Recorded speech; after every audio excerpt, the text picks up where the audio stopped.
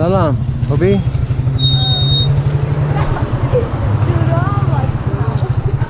نشونتون بدم که قشنگ بفهمید مشکلش چیه. ببین اینا خیلی بلنده، جایی هست که بشه کوتاهش کرد. بعد این میله ها خب نمیذاره که کیفای من قشنگ قفل باشه. یه بنده دو تا بند داره، خب یه بندش قفل میشه اینا مثلا از این تیکش کند یا اینکه نه میشه. بعد خرجش چقدر میشه هر دو طرف؟ It's not gonna weaken it, ask him. میپرسه که اگه از اینجا مثلا بکندیدش، خب حالا مثلا داشتن it's going to be here, no? Yeah, just this piece, just آره همین یه تیکه است که باید همیشه میگه اگه کنده باشه این شل نمیشه. نه کاری به این نداره.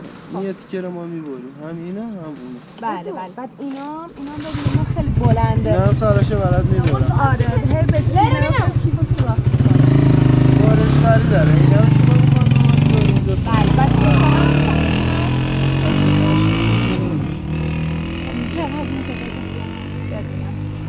مرسی ممنونم مرسی. این هم دو تا فقط دو تا میگم دستتون درد نکنه. مرسی. Then he says it's possible he can do it for me. خیلی طول میکشه؟ نه الان برات میبرم. مرسی. کدوم امید؟ این دو تا هم خوب ببرم. اینجا را یه ذره میخوام ببرم، اینم بعد کوتاه بشه. اینا رو از این بیخ ببرم؟ حالا خیلی بیخ نباشه ولی مثلا آره یه ذره Yeah, just enough so we can put this on. آره همینقدر که این مشکل.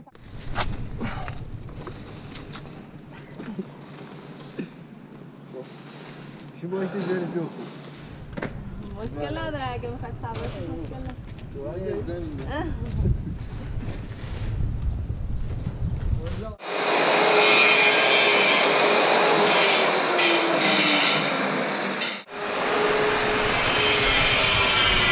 Did you take the rubber things off the other side? Did you take the rubber things off the other side? No.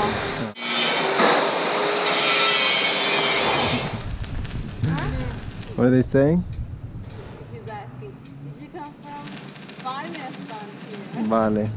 بیا دیدی؟ چی گفتم؟ تو گفتی در خارج نمیدم. خب در خارج میدم بیا خونه کراش خارجی هم نصفش ایرانی. دو تایتون درست کنید. درمانم.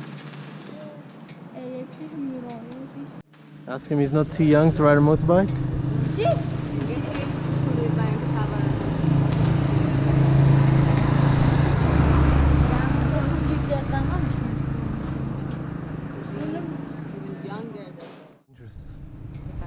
Ride bicycles is better.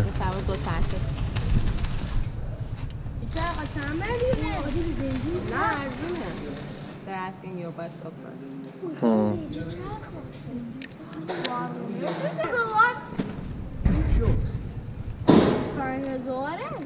دستتون درد نکنه. یه جایی چادر میزنی.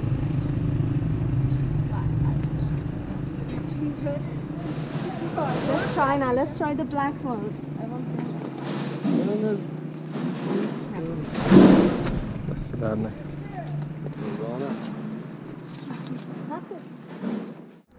الان من چطور مماچارم خاره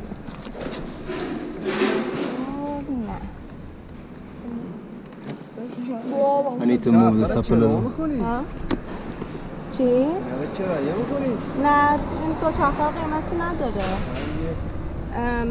من اینو دست همون 2000 but ask him again.